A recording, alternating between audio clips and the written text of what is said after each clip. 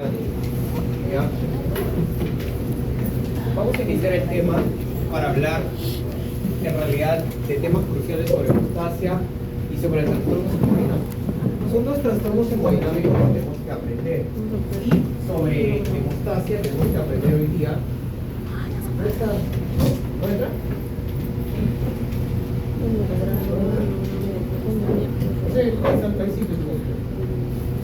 Así, siempre pueden venir también como gusten, como Calderón ha venido hoy día, por ejemplo, a clases. Está bien, ¿no? Sí, ha venido a clase, pero ha renunciado. ¿Ha visto que gente ha renunciado? Son tan malditos. Bueno, ya. Chicos, vamos a ver dos trastornos hemodinámicos cruciales para toda su vida académica. El primero es la formación del edema y lo segundo es el shock. ¿Comprendido? Es más, shock es tan importante que inclusive está dentro de una clase de práctica, ¿cierto? Pero también vamos a hablar de problemas de la hemostasia. Pero la hemostasia puede fallar en la formación de los trombos y coágulos, como también puede fallar a la hora de evitar que esto se forme. A los trastornos en los cuales no puedes formar los trombos se conocen como trastornos hemorrágicos y son motivo de estudio de la siguiente semana. Hoy día vamos a ver el exceso de estos. A esto se le conoce como trombofilia. Entonces, ¿por dónde quieren empezar? Porque yo soy un horrendo desordenado en la vida y no me gusta seguir las normas. Entonces, pequeños, quiero saber con qué vamos a empezar. ¿Con edemas? ¿Con shock? ¿O con trombofilias? ¿Con qué desean empezar ustedes? Levanta la mano y trombofilias. Shock, porque no. Que decida Rocío Mori usted, delegado. ¿Con qué empezamos? Con trombofilia.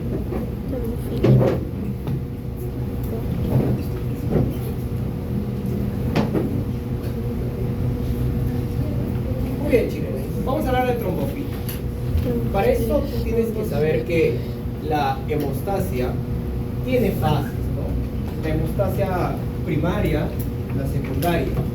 Y no olviden que la secundaria tiene dos factores, el factor plaquetario y el factor plasmático. La hemostasia primaria en realidad es determinada por el factor endotelial. Cada vez que hay un corte en un vaso sanguíneo, pues la hemostasia primaria se activa inmediato. Quiere decir, si yo, por ejemplo, recordando a mi ex, agarro un cuchillo y ¡zas! Me tajo la vena yugular externa, por ejemplo, de inmediato el endotelio de esta vena va a contraerse, va a estimular la contracción, la vasoconstricción del músculo liso y ahí va a detener la hemorragia durante un momento. Eso se conoce como hemostasia primaria, cuyo factor principal es el factor endotelio. Y ahí viene la hemostasia secundaria que inicia con el factor plaquetario, que tiene dos pasos. ¿Cuáles son? ¿Alguien recuerda? ¿La activación plaquetaria o la agregación? Son tres. En realidad, en primer lugar, tiene que haber adhesión plaquetaria. La plaqueta se adhiere, luego la plaqueta se activa y finalmente la plaqueta se agrega, llama a otras plaquetas y así tapan el hueco. ¿Cómo se llama esto? Se conoce como coágulo, ¿no? O trombo. ¿Cuál es el nombre? ¿Soto? ¿Cómo se llama? Trombo, ¿no? El trombo se forma, está bien, con un agregado plaquetario. Entonces falta que alguien lo fije, porque si no lo fijan, cada latido cardíaco va a impulsar, la sangre se podría desprender y otra vez yo sangrando por mi ex. Si se ponen a pensar en eso, sería peligroso. El factor plasmático actúa en este momento y va a generar las redes de ¿qué? De fibrina, ¿no? Doctor, pero eso es fisio y usted no enseña fisio, no le pagan por el fisio. Tiene toda la razón, no hay que regalar el trabajo. Entonces, ¿qué vamos a hacer? Hoy día vamos a estudiar estos problemas, la trombosis y la embolia. ¿Qué es la trombosis entonces? Esta formación anormal de un coágulo sanguíneo, es decir, se forman coágulos donde no debería haber. Es decir, que si ahorita yo me corto y se forma un coágulo, un trombo aquí en mi yugular después de un corte, ¿es fisio o es fisiopático? Totalmente normal. Lo que no es normal, que me lo ande cortando, ¿no? Pero la reacción es fisiológica, ¿cierto? Sí, claro que sí, ¿no? Entonces, vamos a ver, chicos. recuerden, la trombosis no siempre se forma en los vasos sanguíneos nomás. En estado patológico, en fisiopatología, la trombosis puede ocurrir en las cavidades también del corazón. ¿Cuántas cavidades tiene el corazón? 4. En cualquiera de estas podría ocurrir. Y lamentablemente, imagínense un trombo en la aurícula izquierda. No, hay un videíto por ahí, un momazo que salió, en donde hay un trombo que inclusive juega ping-pong con la válvula mitral de la aurícula izquierda. Nunca llegó a pasar al ventrículo izquierdo. Quiero que vean entonces en esta imagen que coloqué acá, está bien, ven la aurícula derecha, la arteria aorta, el ventrículo izquierdo, ¿sí? Miren qué hay dentro de la aurícula derecha. ¿Lo observan? Esta bolita. El corazón debería estar lleno de sangre de color blanco. Pero miren qué hay dentro de la aurícula derecha. Esta imagen es un trombo. Y nos hace pensar que esta persona está formando trombos en lugares en donde no debería. ¿Cómo se llama esa situación en donde una persona produce trombos en donde no debería? Y la enfermedad que condiciona esto se conoce como trombosis. ¿Comprendieron? Son conceptos diferentes. Trombosis, trombofilia. ¿Está bien? Ahora, cuando un trombo ya formado se desprende un pedazo de este o todo el trombo y es arrastrado por la corriente sanguínea, se conoce como embolia. La embolia es el desplazamiento de una masa, a veces sólida, a veces líquida y a veces gaseosa. Y lamentablemente esta masa recorre todo el tracto circulatorio hasta enclavarse en un lugar lejano y genera una obstrucción. ¿Comprende? Entonces, ¿la embolia es buena o es mala? Siempre va a ser mala. ¿Ya? Ejemplos de embolia sólida. El desprendimiento de un trombo. ¿Comprende? Un pedazo de grasa que se escapó de la médula ósea amarilla, grasa, y que termina viajando a donde no debe. ¿Comprende? La embolia siempre es mala y lo más frecuente es que sea sólida. Podríamos decir que el 70% de veces que tú encuentras una embolia va a ser sólida. Y de estas, la enorme mayoría va a ser de un trombo. Por eso a veces le dicen tromboembolia o tromboembolismo. ¿Se entendió? Doctor, ¿y podría ser líquido? Sí, claro que sí. El líquido amniótico es un clásico. Se mete justo por las arterias espirales. Y pues las mujeres suelen morir, lamentablemente. Es una enfermedad, cualquier embolia es terrible. Gaseosa, pues esto es generalmente una iatrogénica. Aunque ya no suele ocurrir porque las jeringas tienen una válvula de seguro. Antiguamente las jeringas eran de vidrio. ¿Han visto las películas antiguas? Las jeringas eran de vidrio y pues se colocaban y estas jeringas cuyas agujas no estaban reguladas hacían entrar aire y este aire terminaba embolizando. Eso ya no existe en la actualidad. Las jeringas tienen válvulas y su tecnología no permite realmente generar eso. A menos que una persona esté jugando a ser enfermero, ¿no? Sobre todo cuando estás en Norteamérica o en Europa, donde coges estas drogas ilegales y te andas metiendo, ¿no? ¿Cierto? ¿En el Perú existe eso? No, porque en el Perú esas drogas puedes comprarlas a 50 céntimos, está bien, y en vía oral. Así que, claro, ¿quién anda usando heroína cuando en el Perú tenemos tramadol? Acá venden ketamina también. Sí, pero esa es otra historia que no vamos a hablar. Apague su celular, por favor. Ya saben qué me va a pasar. Entonces, para todos ustedes, no se olviden, ¿puede ser líquido? Sí. ¿Puede ser gaseoso? También. Y mi pregunta es común entonces la embolia gaseosa? No. Quizás menos del 1% suele ser embolia gaseosa. Como nosotros hemos dicho que la trombosis es la principal causa de embolia, de hecho le pusimos tromboembolismo a esta condición, está bien, vamos a hablar de la famosa triada de Virchow. De hecho fue un cirujano que descubrió que sus pacientes lamentablemente terminaban muriendo de embolismos pulmonares. En realidad morían de falla respiratoria, Hasta que los abrieron, con sus amigos los anatopatólogos, y encontraron que tenían coágulos. Entonces no entendía por qué eso sucedía e inició un estudio de caso. Muy bien, ¿qué descubre Virchow? Virchow descubre que existían tres componentes, un montón de factores de riesgo para pensar, pero los agrupó en tres componentes. Y dijo que si los tres componentes estaban juntos, tenían una triada horrenda de generar trombosis en las personas. Estos tres componentes de la triada de Virchow son los que ven ustedes aquí. Pueden observar que arriba dice lesión endotelial, abajo dice flujo sanguíneo alterado y al lado derecho, abajo dice hipercoagulabilidad, ¿cierto? Entonces, va a haber un momento en que el endotelio falla, porque para eso tienes que saber cuáles son las células que controlan la hemostasia en el ser humano. ¿Cuáles son? ¿Saben? La hemostasis en las plaquetas. Va una célula, falta otra. El endotelio, claro que sí. Entonces, tanto el endotelio como la plaqueta dirigen la hemostasia. Y si una de las dos estuviera enferma, la hemostasia estaría bien. Por esa razón, la disfunción endotelial, la lesión endotelial, es un gran componente de la triada vírica. Ahora, hay un montón, chicos, de formas de generar lesión endotelial. Hay muchas formas. Desde el propio tabaquismo, con acumulación de aerosol, ¿se acuerdan?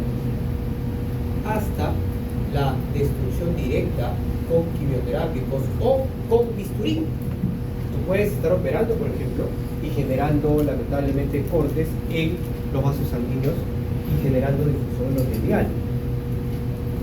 Pues hay otros factores más que lo van a ver en su clase de práctica, está bien, pero esos dos quizás sean los más importantes. ¿Algo más? ¿Quién es usted? ¿Pero quién es? No te conozco. ¿Quiere atender su clase? No, ya claro, pero ¿lo conoces? Sí. No me va a fundar. Yo. Perdón. Sí, Yo lo conozco. date por él. Ya, pasa. Ya, pero te sientas por allá y no vas muy bien. Puedes preguntar por lo que quieras. Uy. Ya. Sí, eso sí. Es válido. Ya. Entonces, chicos, lo más importante, doctor, ¿podrían combinarse los tres en una sola situación? Sí, ya veremos más adelante. Ahora, ya vimos la lesión endotelial, ya vimos la importancia del endotelio en la hemostasia. Ahora tenemos que ver la importancia del flujo sanguíneo. Antes se creía que solamente el flujo sanguíneo lento activaba la hemostasia. Ahora descubrimos que el flujo sanguíneo turbulento también lo hace. Entonces, si tú tienes enlentecimiento de la circulación y también tienes turbulencia de la circulación, lamentablemente esto va a generar activación de la hemostasia. ¿Comprendieron? ¿Qué podría enlentecer la circulación? Tabaquismo 1, muy bien. 2, estrógenos, está bien. Pero hay algo más importante. ¿Ah? ¿El B? Sí, claro que sí, pero esos van a difusión endotelial. Por los rosos. Exacto.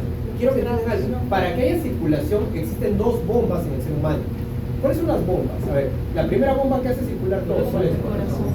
Muy bien, el corazón. Pero existe una segunda bomba. El corazón mueve más al circuito arterial. El circuito venoso, al menos el de las piernas, se mueve con otra bomba. El cerebro, la bomba muscular. Entonces, si una persona no se mueve, no tiene bomba muscular y las venas de los miembros inferiores no llegan a llevar la circulación hacia arriba. Para eso son las válvulas, para que no caigan de nuevo abajo. Si ya subieron, están en el tercer piso, las válvulas sirven para que no bajen de nuevo al segundo o al primero. ¿Se entendió? Entonces, la éstasis venosa aparece cuando la bomba muscular falla. ¿Y en qué situaciones podría fallar la bomba muscular? Sedentarismo va uno excelente, va, perfecto. Obesidad, muy bien, con sedentarismo, porque puede tener, por ejemplo, un paciente obeso en un momento, pero como nosotros nos decía, doctor, si este obeso pues fuma vape, genera aeros, pues va a tener además difusión endotelial. Estamos acumulando dos. Qué problema, ¿no? Muy bien. Entonces, ¿saben quiénes son los que sufren acá? Los que de verdad sufren. Los que tienen los pacientes frustrados, inmovilizados. La palabra postrado para un geriatra es un insulto, decimos mal. Los médicos rehabilitadores tú le dices postrado en yoga, se les caen las lágrimas. Entonces vamos a hablar mejor en idioma más polite, ¿les parece? Vamos a decir, voy a admitir inmovilizado. El verbo real, el término médico real es dismovilizar, porque el único paciente inmóvil es el paciente muerto. Dismovilizado es la verdadera expresión. ¿Está bien? Sí, si quieres conquistar a un rehabilitador o una rehabilitadora, ¿tienes dismovilidad? ¿Querías dismovilidad? ¡Wow! Ya, esas son las formas de hablar. Al cirujano dile postrado. Doctor, ¿y si tiene una amputación de las piernas? Eso es otra pregunta excelente. Este paciente no se va a poder movilizar. Tiene dismovilidad porque lamentablemente tiene una discapacidad. Estos pacientes también tienen un problema. Pero como no tienen, han sido amputados, y voy a ser muy cruel, no tienen piernas, no hay tampoco circuito venoso infrapopliteo. No va a haber problemas ahí. ¿Comprende? No te burles, pero sí lo es. ¿Ya? Bien, chicos, ¿entendieron entonces que la inmovilización es lo peor que le puede pasar al paciente para generar estas? Muy bien, los pacientes que fuman vape, que lamentablemente fuman tabaco, los fumadores en sí, van a generar eros que van a cambiar la conformación de los vasos y va a generar flujo turbulento. Y si hay flujo turbulento, ¿qué va a haber? Flujo sanguíneo alterado. Bien, voy a continuar. Dime. Los pacientes hipertensivos, que su flujo es tan acelerado que logra la lesión endotelial. Y además, o sea, el hipertenso tiene doble combo, ¿cierto? Muy bien, vamos a ir acá al estado de hipercoagulabilidad. El estado de hipercoagulabilidad tiene, por favor apunten, una definición. Y necesito que la aprendan muy bien. En el estado de hipercoagulabilidad, lo que ocurre es lo siguiente. Chicos, pregúntenme a mí. ¿Ya? Pregúntenme a mí, si no, no podemos conversar. Ningún problema. ¿Dudas? Miren, el estado de hipercoagulabilidad significa más procoagulantes, más sustancias procoagulantes que anticoagulantes en el cuerpo. Hay personas que nacen con este problema, tienen más procoagulantes que anticoagulantes. Y otras que hacen cositas que no deberían y terminan ganando más procoagulantes o perdiendo anticoagulantes. ¿Quieren ejemplos? Por lo que tengo un amigo que está en último ciclo, que cuando llegaba a cirugía me explicó que acá en Perú toman warfarina bastante. Sí, después vamos a hablar de eso. ¿Está bien? Bien, a ver chicos, empecemos. ¿En qué momento el paciente puede ganar procoagulantes o perder anticoagulantes? En el embarazo, por ejemplo. No, la warfarina no tiene nada. En el embarazo, lo que ocurre es que de verdad la mujer quiere perder sangre. No. Lo que menos quiere perder sangre. Es más, en la placentación, cuando salga la placenta, se van a arrancar y se van a romper las arterias espirales. Y están abiertas todas sangrando. Entonces, durante 9 meses, 40 semanas, las mujeres pueden fabricar más factores de coagulación, incluido factor tisular y más fibrinógeno, para que cuando llegue ese día, ¿comprenden? Entonces el embarazo es un estado procoagulante, natural o antinatural. ¿Saben qué es antinatural? Que una mujer esté comprando estrógenos y se esté metiendo estrógenos para verse más curvilínea. Eso es antinatural. ¿Por qué? Porque los estrógenos fabrican más procoagulantes y encima bloquean la fabricación o producción de anticoagulantes también.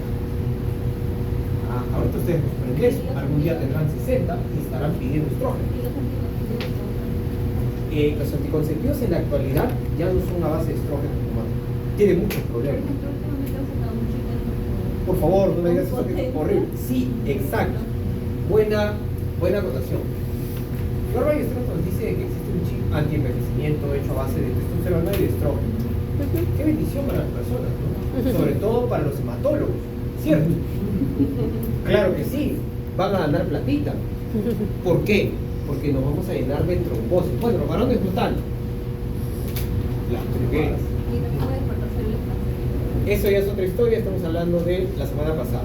Pero hoy día, ¿qué estamos hablando? La activación de la hemostasia. Oye, ¿es un estado procoagulante natural o antinatural? Antinatural. Continúo, ¿está bien? El cáncer, ¿se acuerdan la clase pasada sobre la embolización, la metástasis por embolización? Cómo la célula cancerígena se escapaba, se cubría del factor tisular, se llenaba de plaquetas y luego embolizaba para invadir y se embarga en otro lado. Entonces las células cancerígenas están llenas de factor ¿qué? Tisular. El cáncer fabrica a veces tanto factor tisular que genera un estado procoagulante. ¿Comprende? Y por último, voy a dar un ejemplo muy frecuente. ¿Está bien?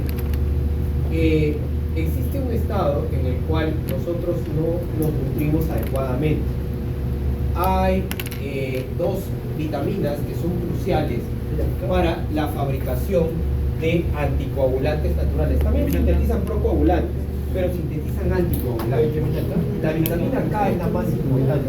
Oye, ¿y la vitamina K dónde se encuentra? En las hojas verdes, ¿cierto?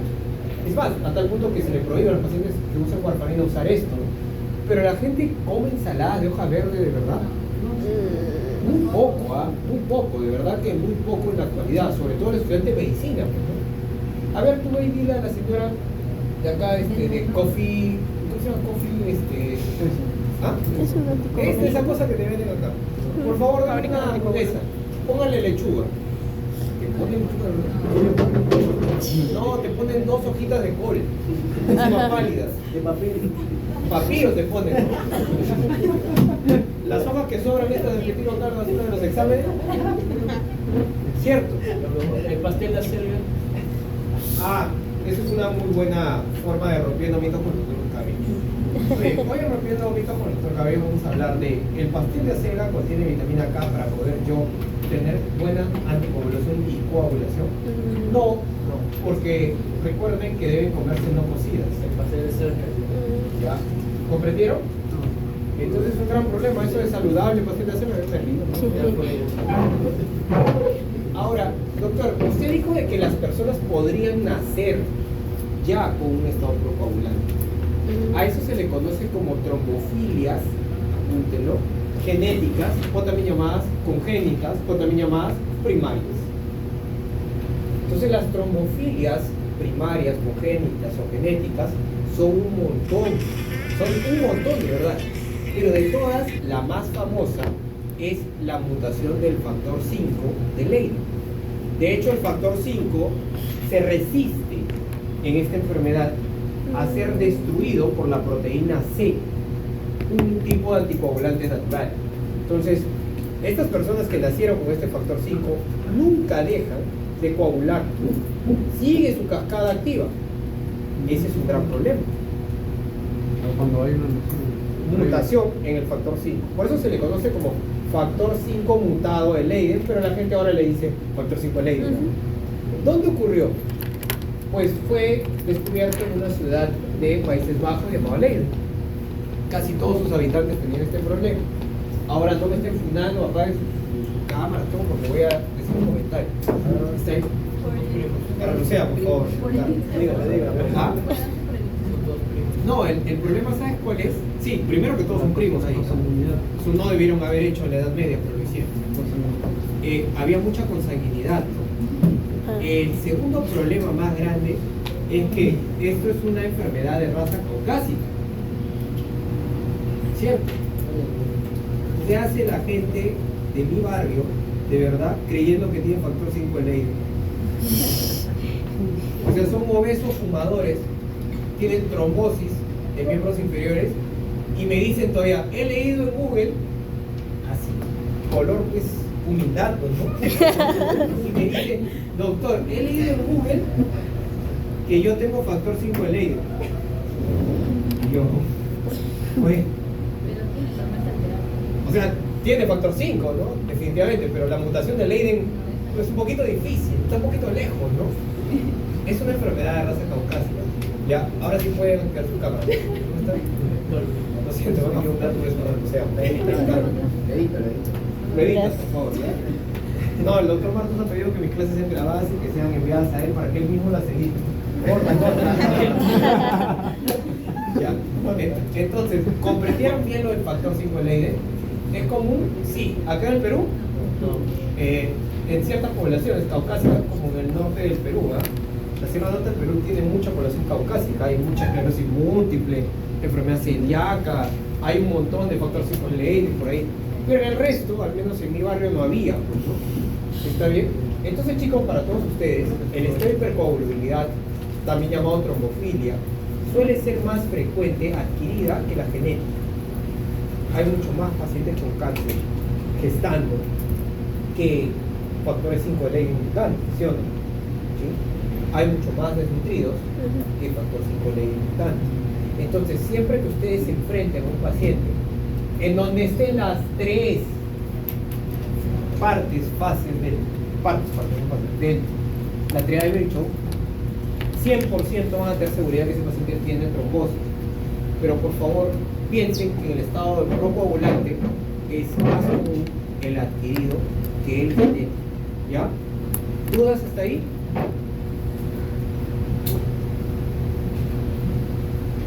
Ahora sí, ya entendimos qué es la triada de Virchow, ¿no? ¿Sí?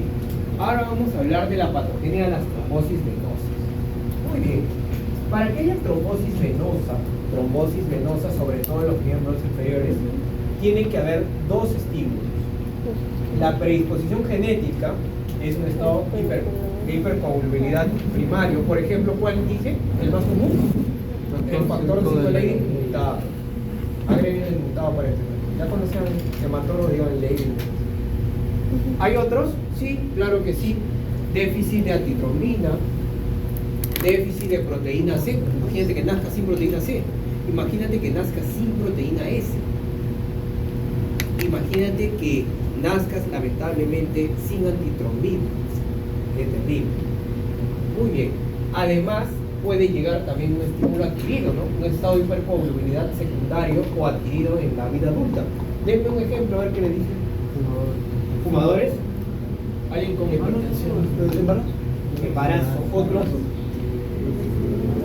Neoplasia.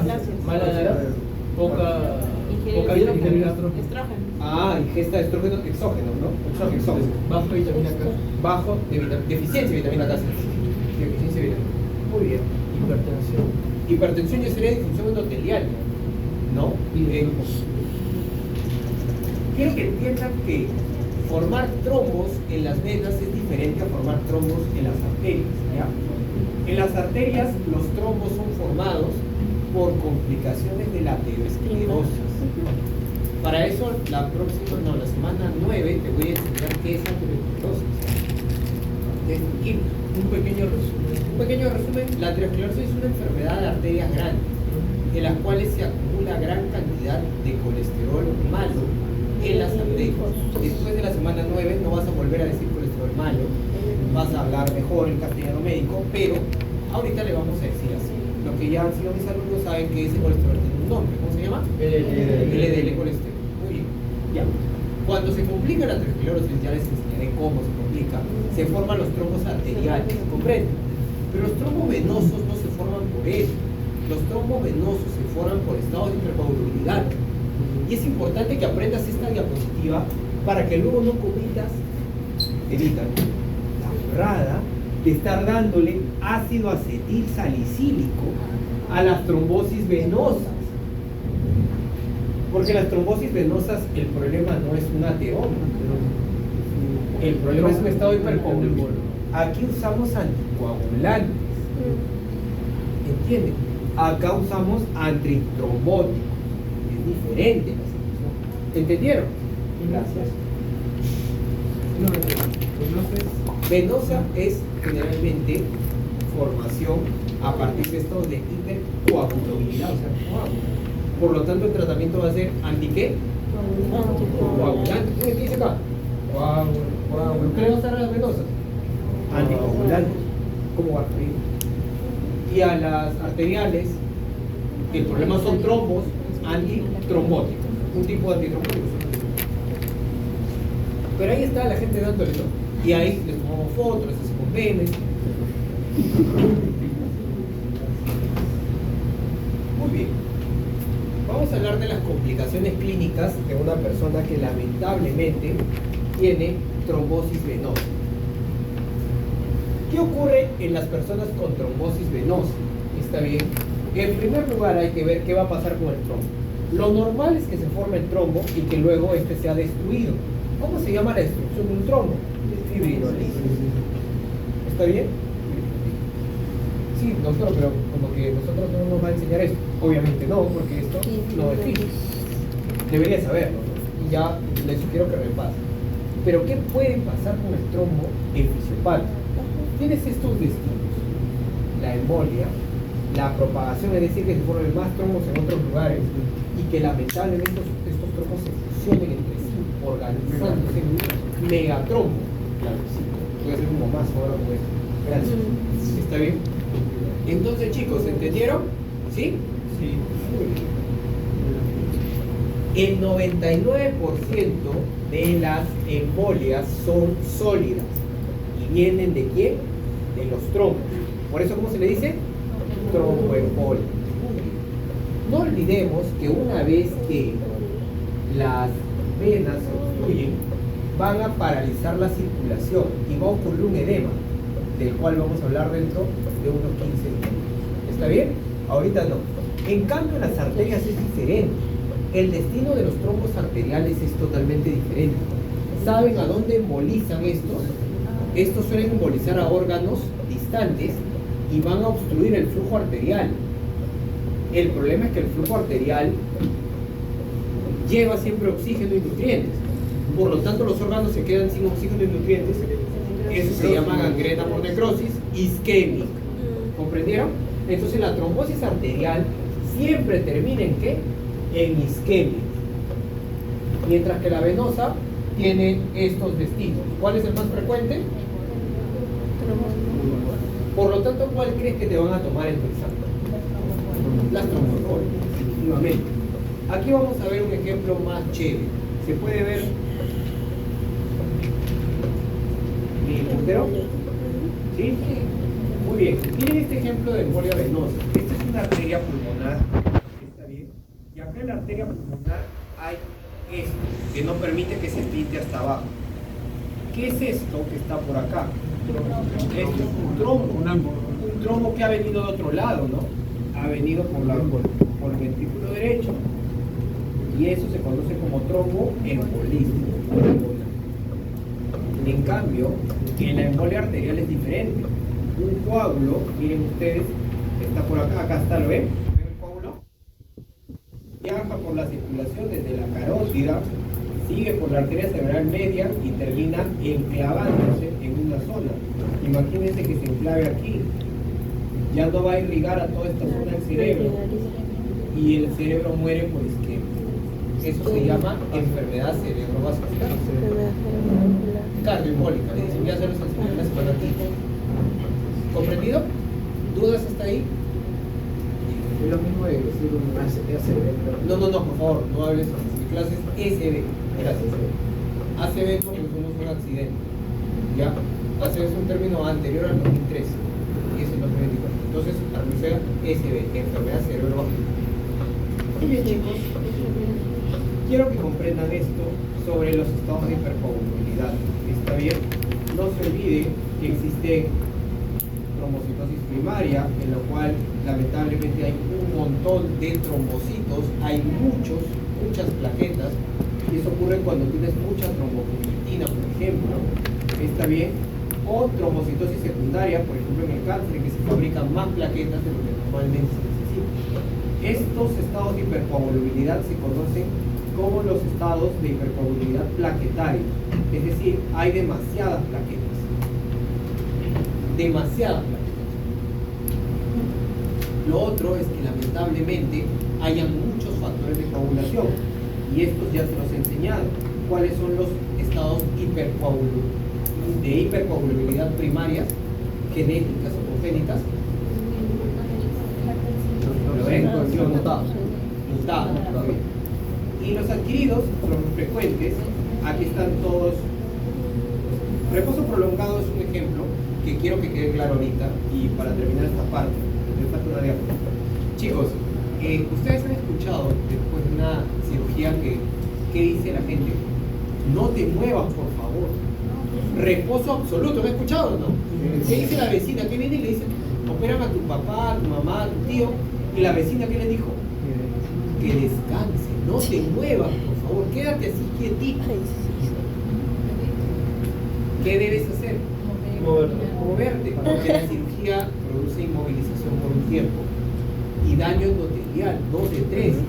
Imagínate que esta persona sea, además, no sé, un estado de hipercoagulabilidad como tener una neoplasia, una cirugía por cáncer de próstata. Oye, ¿tienes 3 de 3 o no? Y en 3 de 3 vas a tener trombo, ¿no? ¿De verdad lo vas a mandar a inmovilizarse como para que ya, pues, un empujoncito? ¿En cuánto tiempo se podría movilizar? Esa es una pregunta que no te puedo contestar. Y ojalá te quede. No, mentira. O sea, por si ahorita ya puedo contestar, pero después de tu papá. Ya, pero es una pregunta que no te puedo contestar ahorita por otra parte. ¿Entendieron eso? ¿Sí? Muy bien. Ahora, de todos estos, ¿cuál es el más frecuente de todas las trombofilias primarias? Esas genéticas, ¿se acuerdan? Miren ustedes. Mutación del factor sí. Oye, mira, 3 a 8% de la población general. A su madre, en el Perú, ¿cuántos somos? Vamos a poner el mínimo, 3%, ¿ya? Somos 30 millones. 900.000 personas en el Perú. 900.000, casi 1 millón de personas tiene su factor de Leydig mutar. Ahora, en otras poblaciones caucásicas llega a 8%. Es un montón de gente. Imagínate, no sé, en Inglaterra, 60 millones de personas. ¿Cuánto es el 8%? 4.8 millones. No, perdón. 7.2 millones. Oye, como que son bastantes personas, ¿no? Casi todo Lima, puros pacientes con trombofilia primarias. Entonces, ¿tengo que aprender estas? Sí, para tu examen memorízalas, referencia. ¿Cuál te va a preguntar sí o sí? Definitivamente. Y por ahí el segundo, ¿qué es esto? Estos dos. C y S. Ya, sí, voy a aprender primero el segundo, es un consejo de la escuela de medicina. En la vida real es más frecuente, es más frecuente. ¿Dudas hasta ahí? Muy bien. Doctor, usted dijo que había embolia grasa. Sí, sobre todo con las fracturas. Si yo me fracturo la tibia, la médula ósea grasa va a terminar llevando. Y la gaseosa, ya les conté, ¿cierto? El infarto por culpa de las embolias arteriales. Primer descanso. ¿Dudas hasta ahí? ¿Con qué vamos a seguir, doctor? ¿Shock o edema? Shock. No, la delegada. Shock, doctor. No es cierto, ella tiene poder, ¿no?